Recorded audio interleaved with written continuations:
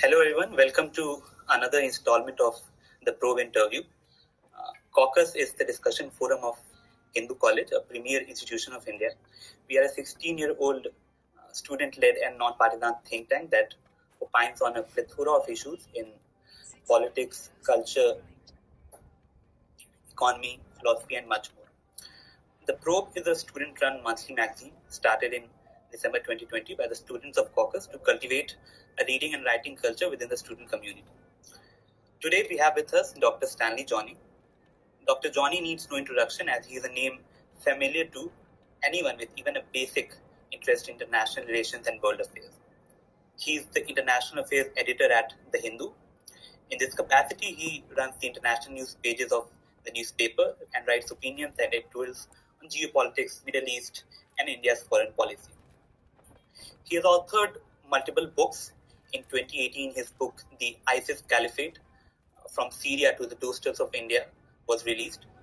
His latest work, The Comrades and the Mullahs, China, Afghanistan, and the New Asian Geopolitics, co-authored with author and journalist Ananth Krishnan, was released just last year.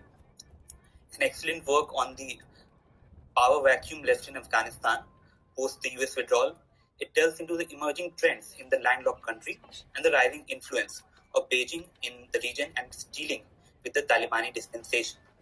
It also explores the situation from the lens of New Delhi and what it means for the security situation in Kashmir.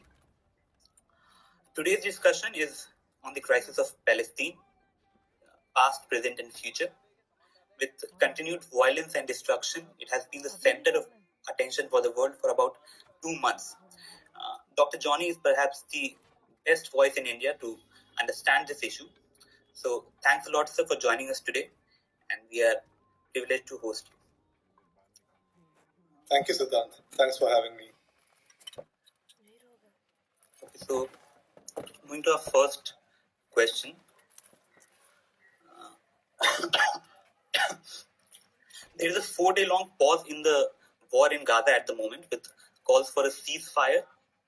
The Israeli government, though, has repeatedly made clear its ambitions to crush Hamas, even deliberately targeting civilians under the Dahiya doctrine. A minister in the Israeli cabinet has in fact said that Gaza should be nuked. In such a context, how long do you see the war continuing and what end is Israel seeking in this?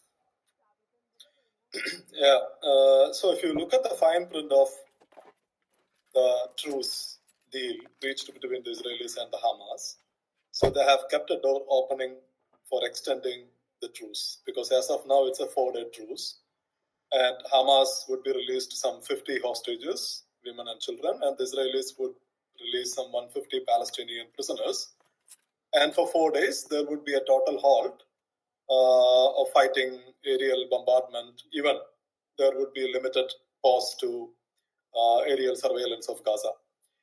But at the same time, the Israelis have said, Netanyahu's cabinet itself has said that if Hamas releases more hostages, the truce would be extended.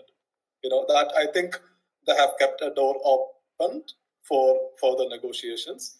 And my understanding is that further negotiations are on.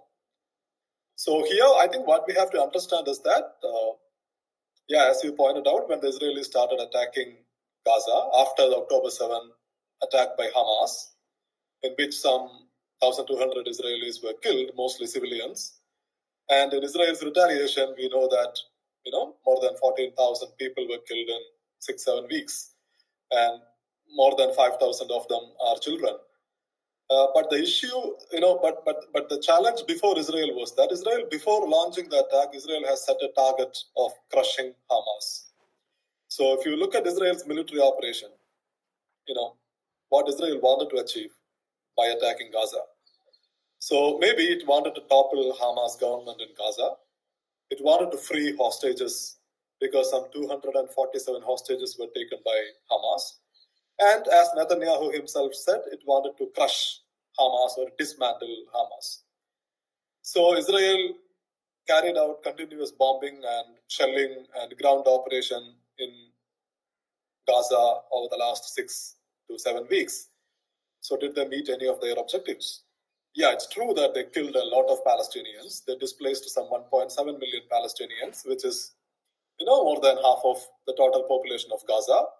And thousands were injured. 14,000 more people were killed.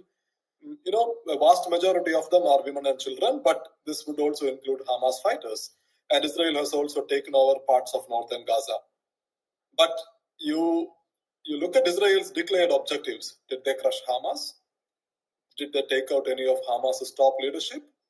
Even Mohammed Deif, who is the commander of Hamas's military wing, who apparently masterminded the October 7 attack, and who is reportedly living in Gaza, is still in Gaza. The Israelis said when they launched the attack that he is a dead man walking, and he is still walking. Did they free hostages? No, they couldn't free hostages after the bombardment. They had to cut a deal with Hamas to get at least 50 hostages out, right? And will they be able to crush Hamas? The problem here is that, Hamas, it's true that Hamas has used terror as a means. So many countries call Hamas, which is an Islamist militant organization, a terrorist organization. And even on October 7, Hamas unleashed unspeakable horrors in Israel. So Israel's anger is, I think, understandable. But at the same time, Hamas is rooted in Palestinian society. There is a reason for why Hamas is powerful inside Gaza, because of the continuing occupation of the Palestinian territories. The Israelis do not want to talk about occupation. They only want to talk about Hamas's attack. But I think the problem is that as long as the occupation continues and Hamas projects itself as the main resistance force, and Hamas will have its own roots in the Palestinian society. So this is what makes Hamas different from other, death cult organizations. So is it possible for Israel to crush Hamas? This is a strategic question which the Israelis are also facing. So I think after 6-7 weeks of bombing Gaza, Israel is also facing a reality check. It is not meeting its declared military objectives. So that, at least to get the hostages out, it had to cut a deal with Hamas through the Qataris, Egyptians, and under the tacit approval of the Americans. That's what we are witnessing now. But Israel is also, after setting these lofty targets, and Israel is also run by a far-right government, and Netanyahu's ministers are, to be frank, worse than him, including Smotrich and, Ben-Gvir. There are secular Zionists, there are ultra-Orthodox Zionists, far-right politicians, and those are the guys who wanted to nuke Gaza. They say that they would rather welcome epidemics from southern Gaza because that would bring victory closer. They wanted to displace Palestinians from Gaza. So you look at Netanyahu's minister statements, they have issued all kinds of statements. But at the same time, I think Israel is also facing operational challenges in Gaza, which is what pushed both sides. Of course, Hamas has also taken a huge hit. There is no doubt about it. That's what pushed both sides to reach this agreement now. And I think they have also kept the door opening. So we have to wait and see whether there would be an extension of the ceasefire. Sir, Israel has always claimed that its violent response has been a form of self-defense. It has also been their reason for denying any kind of peace talks. Yeah. So do you think there's merit in this argument?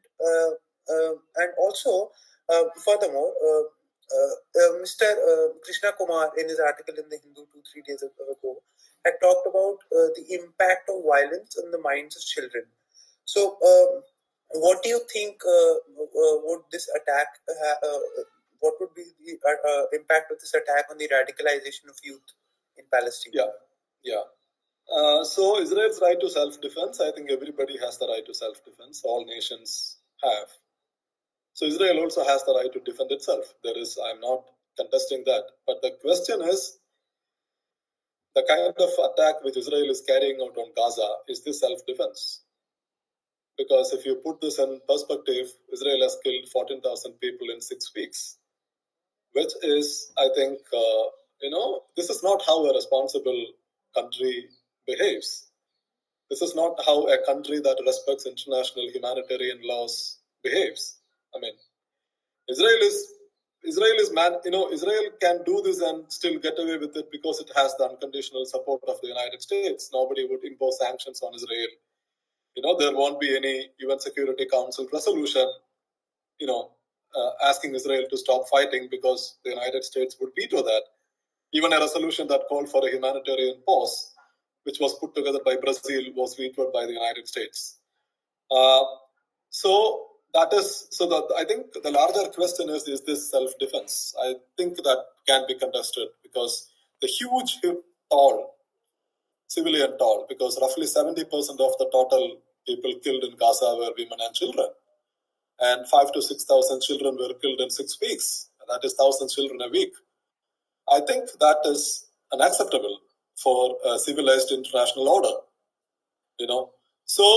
So I think this is a major issue, and Israel manages to. I don't think any other country, any other responsible country, any other country that is in the global mainstream. There are rogue nations, but the countries that are in the rogue nation in the global mainstream can do this and get away with it. Israel manages to do this and gets away with it because of the support it enjoys from the United States, which is the world's most powerful country. So I think we have to accept this reality. When we also talk about the self-defense. For example, you just compare. I try to do this. I try to draw parallels between Russia's invasion of Ukraine and Israel's continuing occupation of the Palestinian territories. So Russia started the war. I don't buy into the Russian argument that the West started the war. The West must have provoked him, but at the end of the day, Putin started the war. And the Russians face sanctions. And the United States and the Western countries are supplying billions of dollars worth of weapons to Ukraine to resist the Russians, right? And the total number of civilians killed over the last 20 months of Russia's invasion of Ukraine is 9,500 people, according to the United Nations, right? And here, the total number of people killed in 6 weeks are 14,000. And so you look at the difference, and still Israel doesn't face any international pushback, right? No sanctions. Not even a call for a ceasefire. So this is the global order we are talking about. When we talk about self-defense, I think we have to take this also into consideration. Secondly, the effect on the Palestinian children. So interestingly, Israel is the most powerful country in the region in terms of military might. It's a nuclear power. Nobody would talk about it. Israel would not talk about it. The Americans would not talk about it because the United States doesn't want Israel's nuclear capabilities to be referred to the IAEA or any other international monitoring mechanism, right? But it is a nuclear power. So it's the most powerful country in West Asia. So in terms of conventional military might, Israel is very powerful. So if Israel wanted to take over the whole Gaza, it can take over the whole Gaza because Gaza is anyway an isolated, cut-off strip without any air defense. So Israel can do that. So that's also why Israel continues to bomb Gaza like this. But the question is, in conventional conflicts, Israel was very powerful, very effective. For example, in 1967, it defeated all the Arab countries in 6 days, right? In 1973, it got pushed back by the Egyptians, but it eventually regained the lost territories. But when it comes to fighting non-state actors, asymmetric warfare, Israel is not as effective as we think it is. For example, in 1982, Israel invaded Lebanon. At that time, Menachem Begin, the Israeli prime minister, said the war would bring 40 years of peace. But eventually, the war itself lasted 18 years. And it also led to the rise of Hezbollah, right? And Israel's battle record with Hezbollah has hardly been rosy. And same with Hamas. See how many times Israel attacked Hamas since 2005. Israel withdrew from Gaza in 2005. I think there were at least 5 attacks, 5 major operations on Gaza. And did Israel manage to defeat in a sense, dismantle Hamas? No, it doesn't, right? So in the asymmetric warfare, I think the problem is that, when Israel declares dismantling Hamas as its main military objective, Hamas can claim victory just by surviving. And Hamas survived in the past. And these kind of atrocities, we are talking about a territory of 2.3 million people. And of these 2.3 million, 1.7 million are now refugees. 14,000 plus people were killed. 6,000 children were killed. So this is a huge, I mean, if you look at the proportionate impact of the casualties or the suffering, it's huge. This is definitely going to impact the psyche of the Palestinians living in Gaza, right? So definitely, I think this is what Hamas's source of support. Hamas is, at the end of the day, is an Islamist group, no doubt about it. And you have the Fatah, which is a secular nationalist movement. And with Fatah, Israel had in the past had reached the Oslo agreement, but the Oslo crumbled. Israel says in theory, in principle, it is committed to two-state solution, but there is no progress towards two-state solution. So that's where Hamas is drawing support from, the Palestinians. So for an average Palestinian, it is Hamas that is resisting the Israelis. So that is the sad reality here. So with this kind of attacks, I think definitely you are not weakening Hamas. You might be weakening Hamas's infrastructure, but you are strengthening Hamas's ideological appeal among the Palestinians. Coming to the politics behind this war and the conflict, Israel has witnessed a strong rightward shift in the recent years. Leaders like Benjamin Netanyahu and Naftali Bennett have ensured that there is no scope for dialogue or negotiation. Yet Netanyahu has not been able to put to rest the issues he inherited. In fact, October 7 attacks came as a huge intelligence failure on the part of Mossad.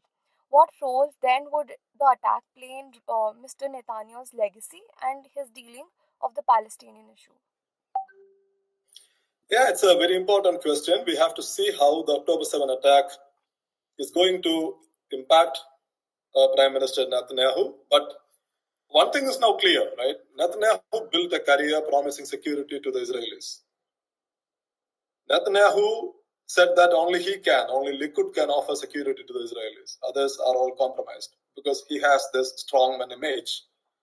And he always ruled out peace. He said his point was that peace is weakness and that would further compromise Israel's security. And in 2016 or 2015, during the election campaign, he said, no Palestinian state would be created on my watch, right? And Netanyahu will go down in history as the Prime Minister of Israel, under whose watch the biggest security crisis unfolded in Israel's history. So October 7 was the biggest attack on Israeli land since 1948. That is an undisputable fact, right? So once the dust settles, there would be questions. Mr. Netanyahu will have to answer. And I mean, it is a huge intelligence failure. And you can see Netanyahu had tweeted blaming the intelligence agencies, and within a few hours, he deleted the tweet. So that itself shows that things are not fine. No? Things are not just fine within even his security cabinet, even his government. And once the war settles, how will the war settle? That itself is a question. Now there is a ceasefire. We have to see whether the ceasefire would be extended to a longish pause in fighting, right? That is one option. And the second option is for Israel to continue bombing. So these are the two options you have. Now, let's analyze the both possibilities. If there is a lasting ceasefire, which means Hamas would still be there, right? And Netanyahu's declared goal was that he would crush Hamas. So that's not happening if there is a ceasefire. And to get the hostages out, they got 50 hostages out, but there are still 200 hostages with Hamas. And Hamas has said that for every Israeli hostage, they are releasing, they need to get at least 3 Palestinians from Israeli prisoners. So that is the ratio, 1:3. So to get 200 hostages out, Israel will have to release 600 Palestinians more, and also the pause will have to be extended. So which means Israel would leave Hamas there. So Netanyahu will face further questions. One, why did October 7 happen? There would be investigations on the intelligence failure. There would be investigations on the government's response, etc., etc. And then secondly, what did your military campaign achieve? Your military campaign killed a lot of Palestinians. It drew in international condemnation. Israel got completely isolated. You look at the UN General Assembly voting, except the United States and Canada, and Hungary, and no other country supported Israel, right? Even India voted against Israel in the UN General Assembly voting on the settlements. So what did your military campaign achieve? So these questions would be there, and Prime Minister Netanyahu will have to answer these questions once the dust settles. And the second possibility is to continue the war, but for how long? That's the question. Suppose that they continue the war and took over the whole of Gaza, what will Netanyahu do? Is Israel going to reoccupy Gaza? Which means Gaza would be turned back to 2005, pre-2005 status quo. Which also means there would be a continuing insurgency in Gaza. So in 2005, Israel withdrew from Gaza because it found it extremely costly and difficult to deal with the insurgency in Gaza. So if they go back to reoccupy Gaza, that would be you are back to 2005. So there would be insurgency, continuing violence. That will also have political repercussions. So Israel also doesn't have easy options on its hand right now. Definitely they have a lot of firepower, right? They can kill many more people. But that alone doesn't bring you results, right? The question is whether you are meeting your strategic objectives. I think that is a very important question here. Sir, bringing the geopolitical play in the picture now, China has gradually emerged as a force in the region. This goes beyond being the largest trading partner for the Gulf countries, as it has mediated in the Iran-Saudi reconciliation as well. Do you think with America's policy shift towards China and the Far East, can China in turn fill the vacuum and play a decisive role in the West Asian politics? Yeah, China would like to play a major role, but not a security role. China may not like to play a security role in West Asia, but it would like to play a peace broker. It would like to play a major economic presence in the region. And I think the security role, the United States would continue to play that, because you look at the United States military presence in the region.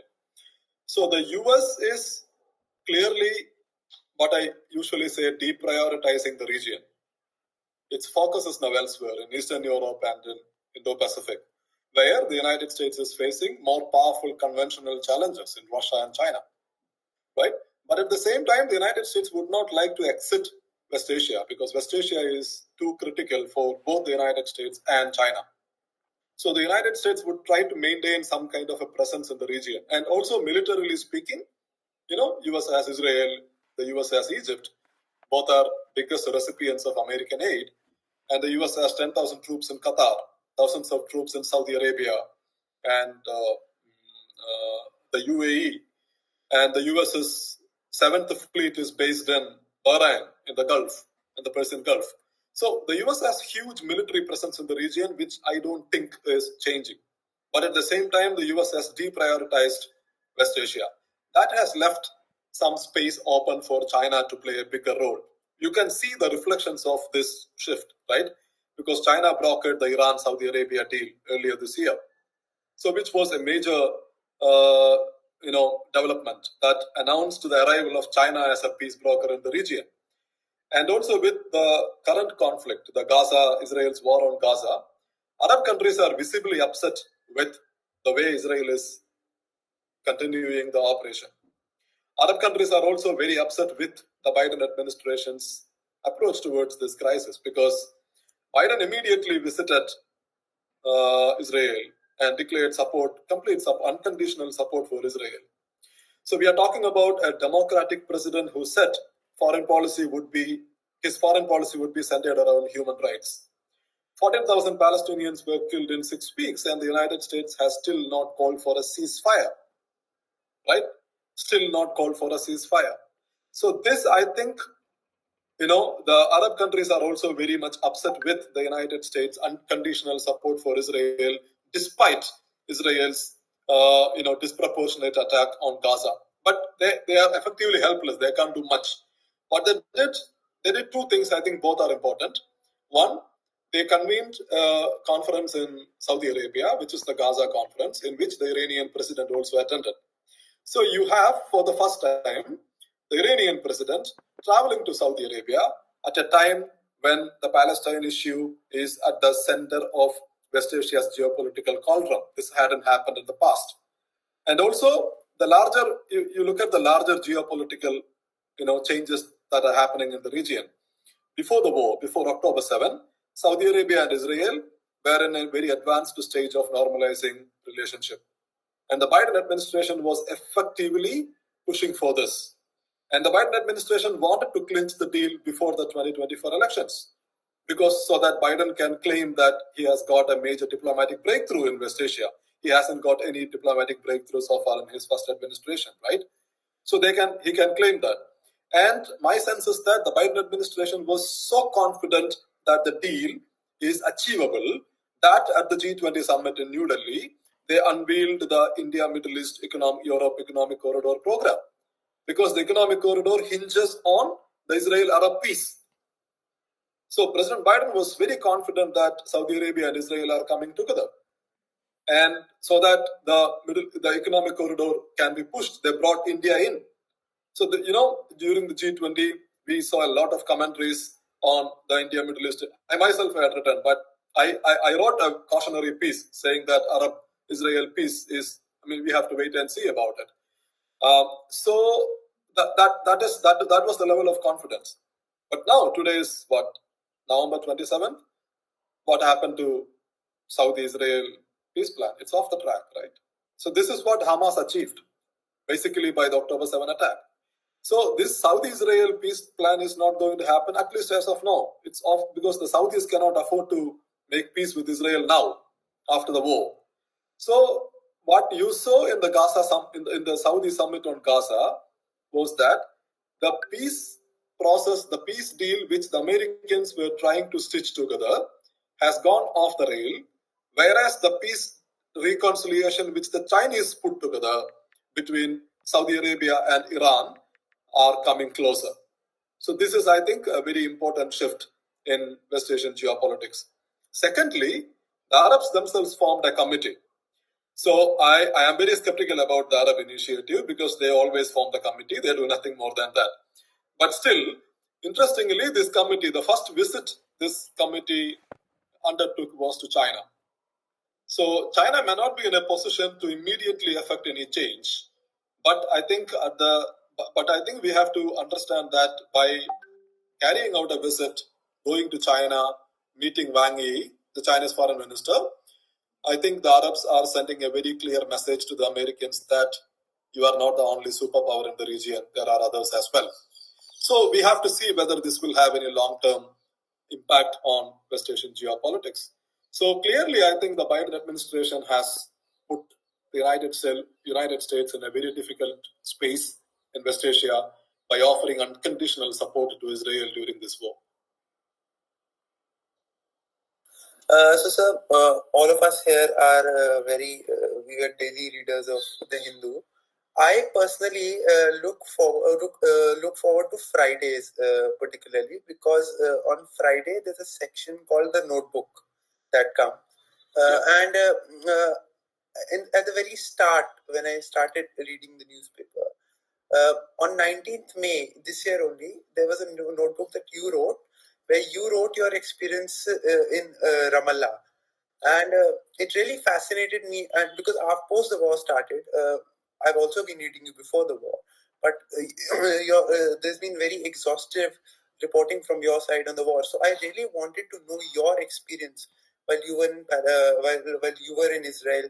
What did you experience? And now that the war has started, how has that enhanced your knowledge as an observer of the war? Yeah, being on the ground, I think, is always helpful. That is one advantage of being a journalist. You can travel, you can talk to people, you can experience what is actually happening on the ground.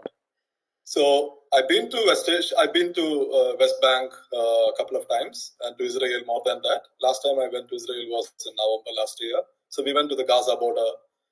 So I remember the IDF spokesperson telling me, showing the surveillance posts on the Gaza border, saying that we are monitoring everything. We have pretty much very advanced surveillance system, unmanned surveillance system. We have drones. We have huge barriers, overland barriers as well as underground barriers. So I asked him the depth of the underground barriers. He said, no, it's classified because we don't want Hamas to know this. So they were pretty much confident about the situation in Gaza. So just a week before the war, I think IDF said the situation in Gaza was, what they said was stable instability. It is unstable, but we can manage the situation. This is what they said. But still, Hamas carried out the attack. And in the West Bank, the situation is, the West Bank and Gaza are not geographically linked, right? West Bank is on the western side of the Jordan River, and Gaza is on the Mediterranean coast. And West Bank, you have the Palestinian Authority. Gaza is run by Hamas. So this Palestinian Authority, I usually call it Palestinian non-authority because they practically lack any meaningful authority, which is Abu Mazen's government. So the West Bank is divided into three areas, area A, B, and C. So Palestinian Authority has limited powers in area A, civil powers, policing powers, etc., etc. But practically the whole West Bank is under Israeli occupation. So in the West Bank, there are some 600 plus Israeli checkpoints. So what Israel has done is that it has put the West Bank townships, in capsules. So from one town to another town, if you are a Palestinian, if you have to travel, you have to go through Israeli checkpoints, even within the West Bank. So I have gone through that.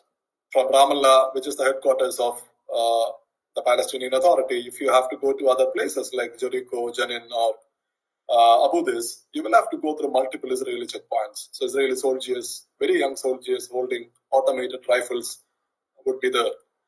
And imagine if you are a Palestinian, going through Israeli checkpoints almost on a daily basis. It's not going to be pleasant, right, for them. So, but that is the reality of West Bank.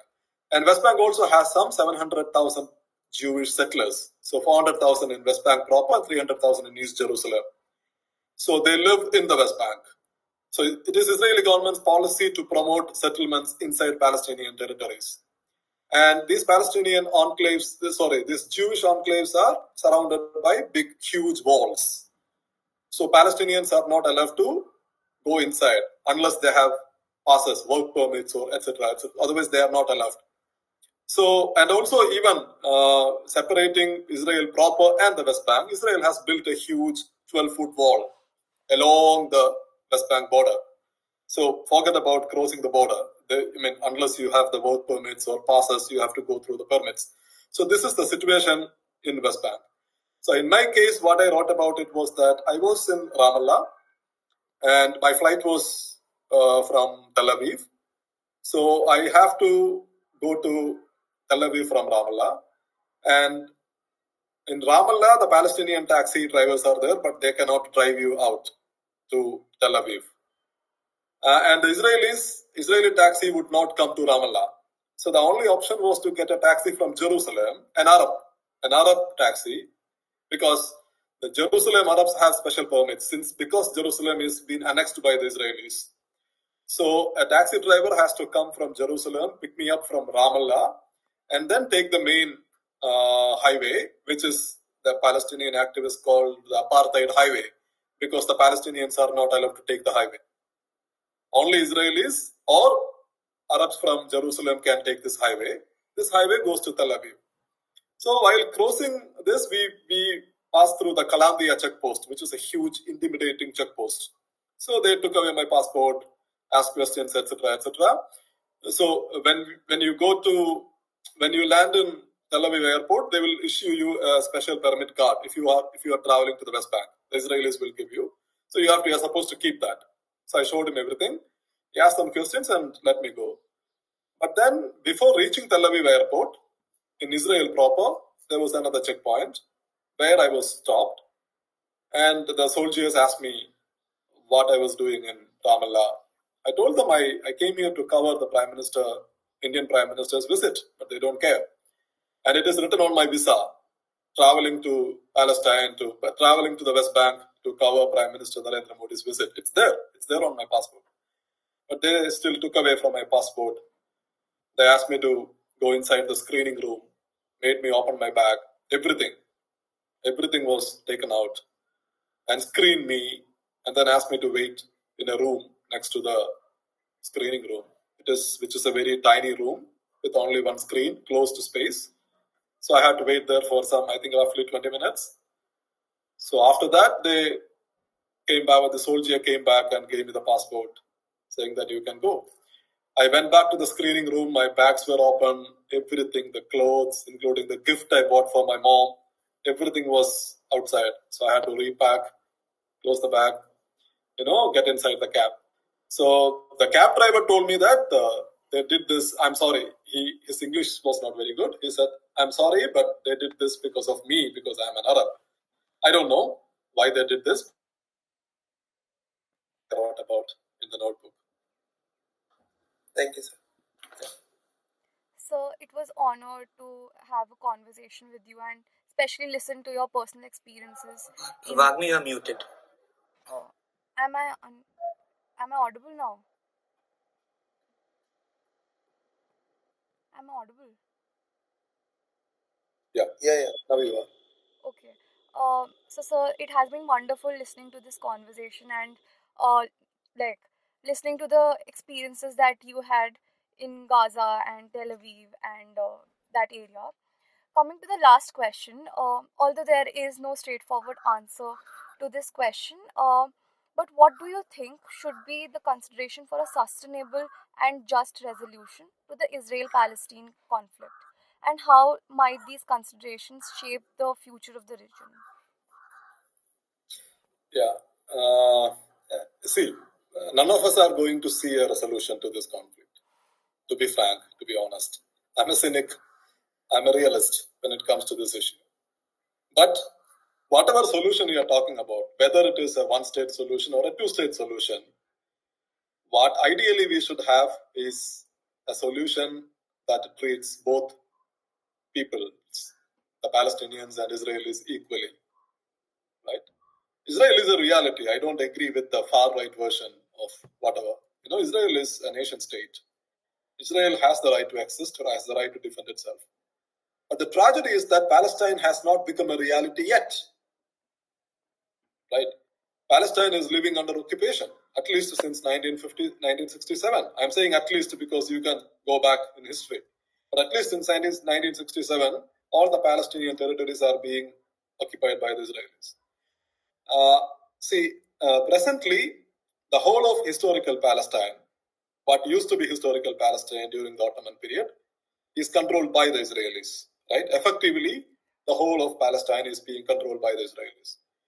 So inside these territories, you have Israel proper, and you have the Palestinian territories, by which I refer to Gaza Strip, East Jerusalem, and West Bank. This is internationally recognized Palestinian territories, according to the United Nations, right? And all these territories are controlled by the Israelis at this point of time.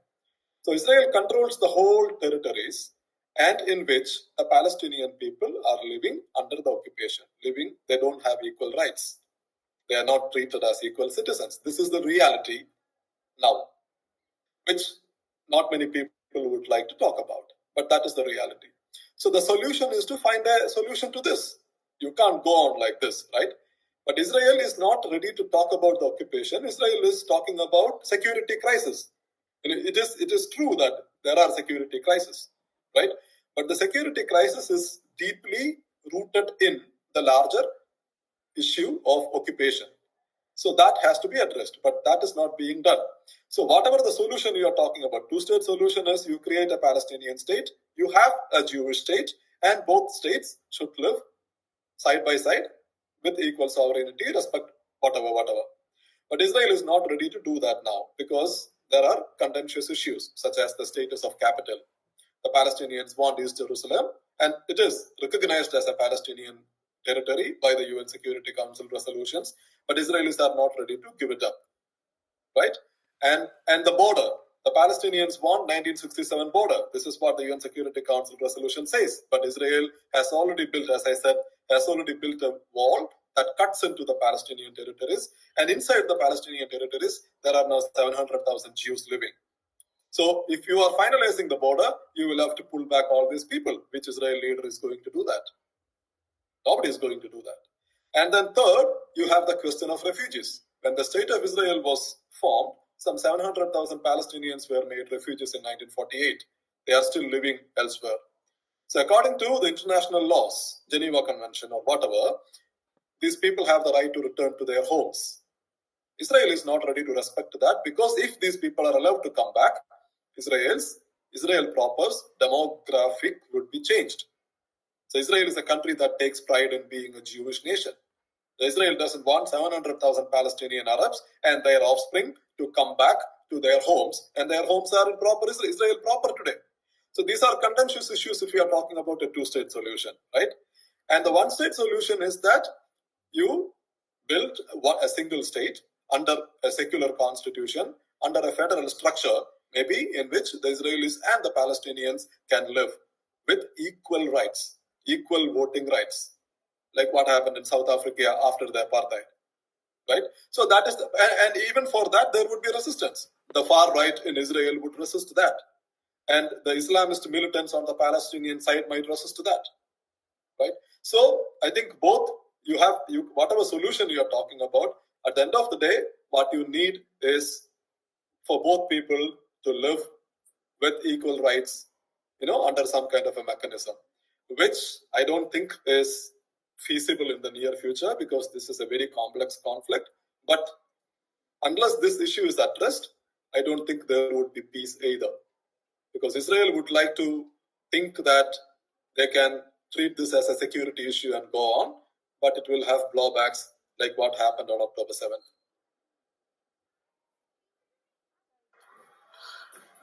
Thanks a lot, sir, for your time. It was wonderful listening to you. We have exceeded the time a bit, but I think it was imperative to delve on this matter because of its gravity. And we could have found none better than you for this particular topic. Thanks a lot for joining us today. Thank you. My pleasure. Thank you. Thank you so much, sir. Thank you so much.